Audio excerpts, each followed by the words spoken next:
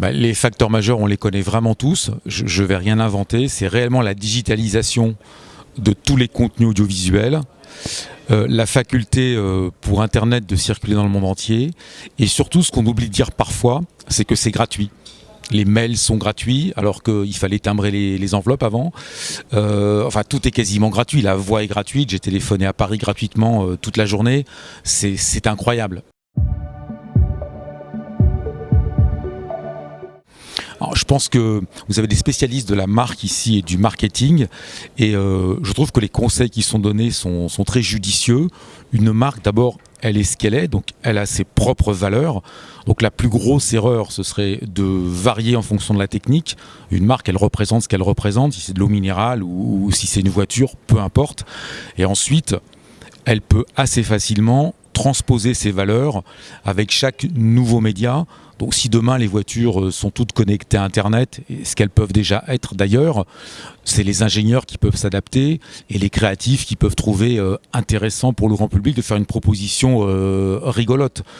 Mais je pense qu'une marque doit être au service de ses consommateurs, mais doit surtout rester elle-même. Il ne faut pas qu'elle gigote au fur et à mesure de la technologie.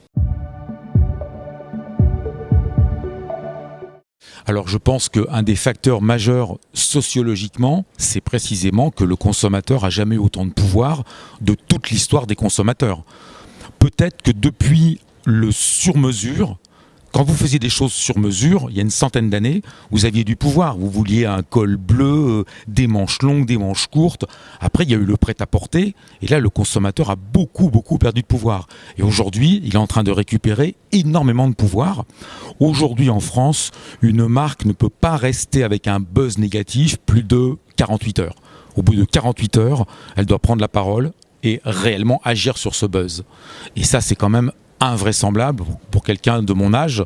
Les marques pouvaient rester des années sans réagir à un bad buzz dans les années 80.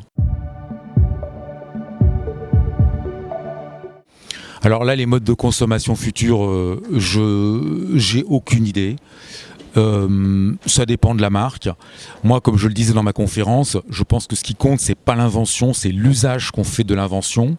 Le post-it, au départ, c'est l'invention d'une colle qui collait pas.